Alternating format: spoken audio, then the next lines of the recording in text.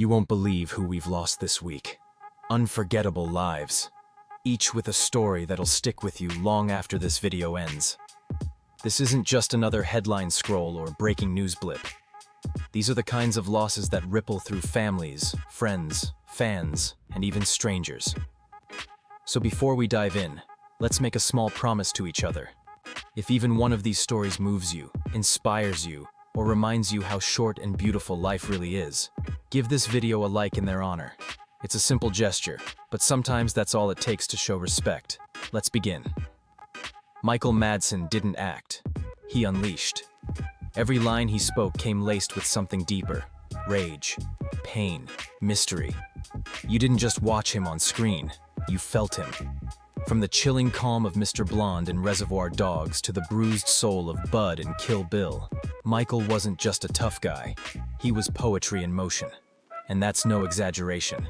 He actually was a poet, publishing raw, emotional collections like Burning in Paradise, which earned critical praise and even awards.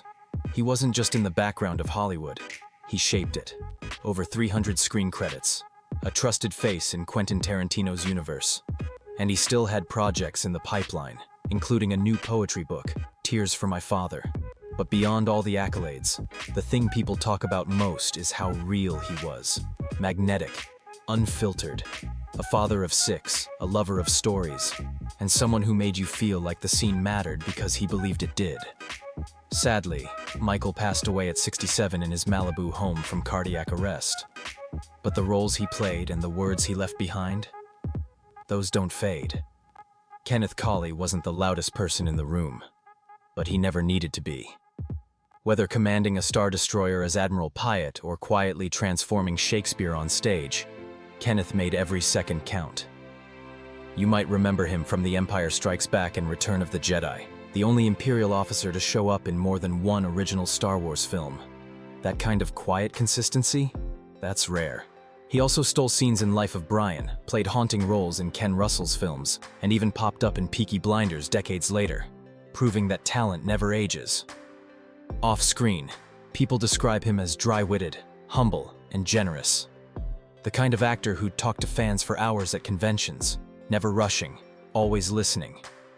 Kenneth passed away peacefully at 87 after complications from pneumonia, but his legacy isn't going anywhere. He left behind not just roles, but a reputation. A true gentleman of the craft. Klara Palachkova lived like the sky was never the limit. She wasn't just a mountaineer, she was a record breaker. The first Czech woman to stand on Everest, then K2, Kangchenjunga, and several other death-defying peaks. But she didn't do it for the glory. For Klara, climbing was a metaphor about rising, pushing, daring to dream even when the odds feel impossible. Off the mountain, she crushed expectations again. A powerhouse in global business, a tennis champ, a mother, a mentor, a believer that there's always a way up, even if you can't see the steps right away. Her friends say she made you believe you could do anything, just by believing in you. Tragically, Klara died in a climbing accident at just 46. She leaves behind her husband, 2 children, and a legacy that feels larger than any summit she ever stood on. Diogo Jota was more than just a striker, he was a spark. You could feel it every time he stepped onto the pitch. At Liverpool, he wasn't just scoring goals, he was lifting spirits. Whether it was the 2025 Premier League win or lifting the FA Cup, Jota always showed up when it mattered. Fans loved him not just for what he did, but for how he did it. Heart first, ego never. In Portugal's national squad, he made 49 appearances and brought home 2 UEFA Nations League titles. But what people remember most isn't the trophies. It's the guy behind the scenes. The teammate who smiled more than he celebrated. The husband who recently wrote "Yes to Forever" after marrying his longtime love. Diogo died at just 28, alongside his younger brother in a tragic car crash. Gone way too soon. But the impact he made in such a short time? That's eternal. Borja Gomez rode like the track was part of him. At only 20, he was already on a fast track to greatness. His name was climbing fast through the ranks of European motorcycle racing. From Spanish nationals to international circuits, Borja was the one to watch. After a huge win in Jerez and leading the FIM European Stock Championship, it felt like his moment had truly come. Then came the crash.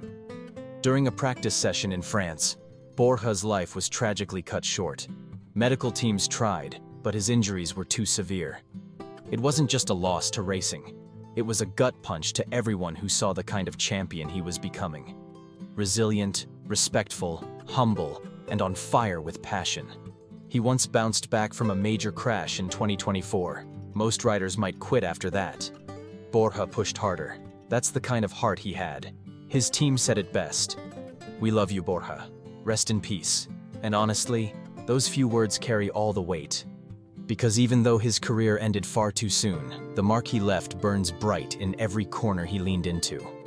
So if any of these names brought back a memory, or introduced you to someone you now wish you could have known, do something simple.